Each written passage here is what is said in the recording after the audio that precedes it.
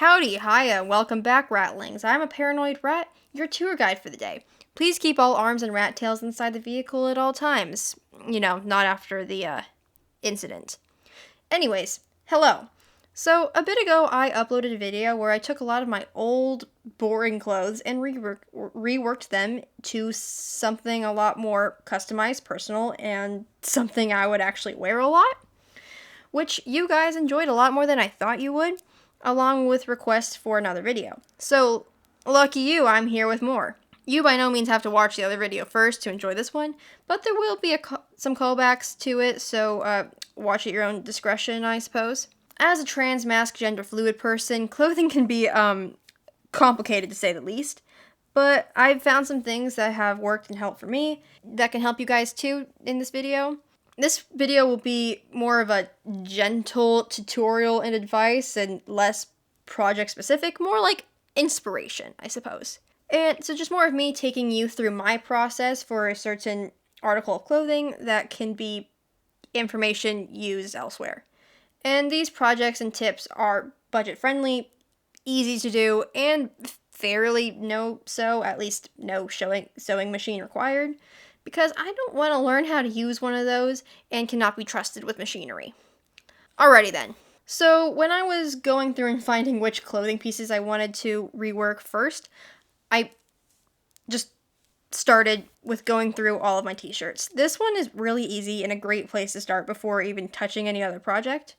I found shirts that fit weird or had holes or just boring to me and cut them up. Some I would turn into tank tops or muscle tees or some crop tops, some both. I didn't do this to all of my shirts though, of course, but I found the ones I wasn't wearing as often because of how I wouldn't wear them because of how they fit and alter them to match my body better.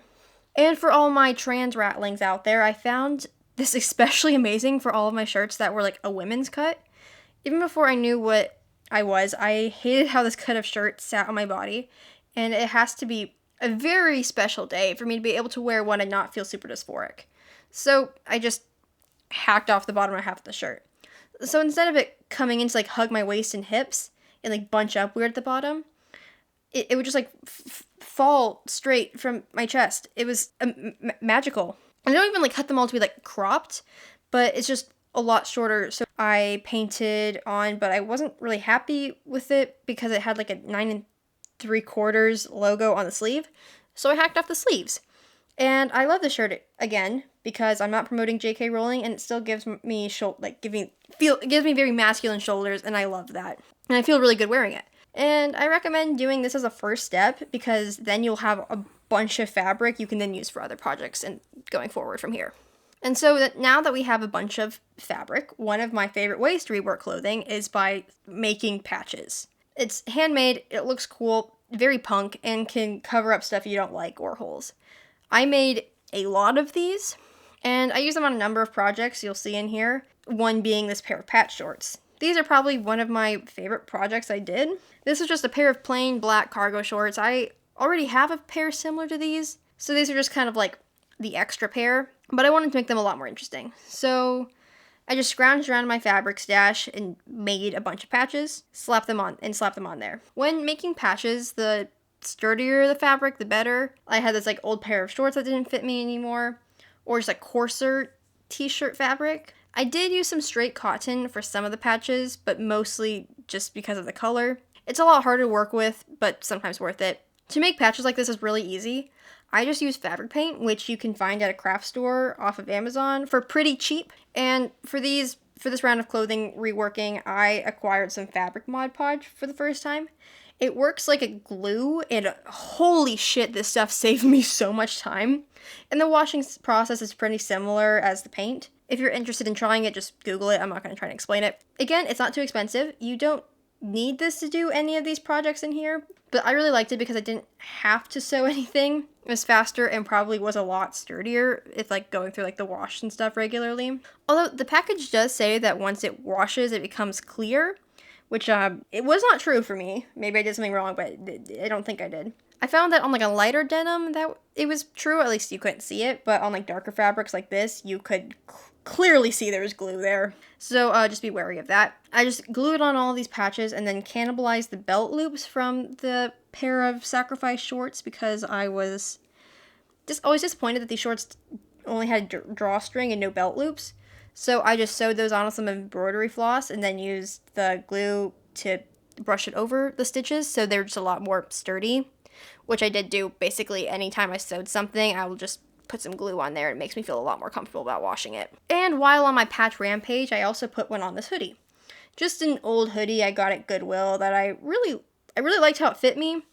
It had this like a little embroidered dog on it, which I didn't hate, but I also didn't love. But it was really easy just to take some of the old t-shirt fabric from the great t-shirt massacre of 2024. I just cut it to the size and painted a little design on it. I used some glue to secure it and then used the embroidery floss to sew it on. It was more of a style choice. It wasn't required, but I felt like it looked good. I struggled a lot with coming up with a design, which is why I highly recommend planning first and coming up with a lot of concepts before you pick one. I tried out a lot of different things, but after holding a poll on Instagram, you all decided this derpy little crow in a hat, and honestly, I don't understand how I could have put anything else on there. And I also took this other black hoodie that was from a camp that had a bunch of logos on it I didn't like, but I love the hoodie's fabric and how it fit me, so after a quick run to the thrift store, I got this neat ghost face shirt and cut out the fabric and glued them on. Alright, and then this is my famous green hoodie. I mean, I love this thing. It's iconic enough that my little persona is even wearing it. Like most of my clothes, I got it secondhand and it's been around for years. But since it was so iconic, I felt like it deserved some personality. I was nervous to touch this one because I really loved this hoodie and I didn't want to ruin it, but I was also a lot more comfortable in my skills now, so I took a stab and thank God it went well. I played around with some different designs and landed on this one of a rat that said Rat King, mostly because I felt like it matched the color best. I also then made a stencil out of some thick paper to get the lines as crisp as I could. I found the easiest method was just to use a sponge in the paint, so I didn't really risk going over the pencil. This fabric paint has saved my life. It's amazing. Highly recommend. It works so well on things. On said fabric paint high, I pulled out some of my old Converse. This was the only pair of Converse I've bought new, and the Converse are just so expensive. I got them in the clearance, so they weren't exactly the color I love the most, and I didn't mind that at the time. But as my personal styles have evolved, they just don't really go with anything I wear anymore, so I haven't been wearing them. And I feel kind of weird when I do projects like these on totally functional pair of shoes that could go wrong and just completely ruin the thing. But I just have to remind myself every time that if by reworking this clothing item, I will be more likely for me to use it and wear it. Risking ruining it is better than them going unworn in a closet because I didn't like it, if that makes sense. And if it goes wrong, then I learned something, I suppose, and I haven't really lost anything because I wasn't wearing them anyways. So yeah, I just went all in and slapped black fabric paint over the whole thing. And this actually worked. After I washed it, some of the paint faded, but only on the edges, giving them this cool worn look I wasn't anticipating, and I love. I also want to go in soon and paint some flames or something on the sides to make them a bit more than just plain black Converse, but we'll see when I get around to that. I also doodled a little design to customize the logo on this other pair I recently got because I didn't like how the logo was originally in this light pink color.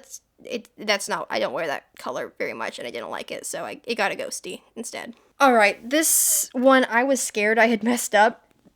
It was a pair of old black skinny jeans. They were comfy. They were faux denim, so they weren't actual denim, so they were a lot more comfortable than other pants. But they're just kind of boring, and sometimes would even border on making me really dysphoric. So to make them more interesting, I distressed them a lot.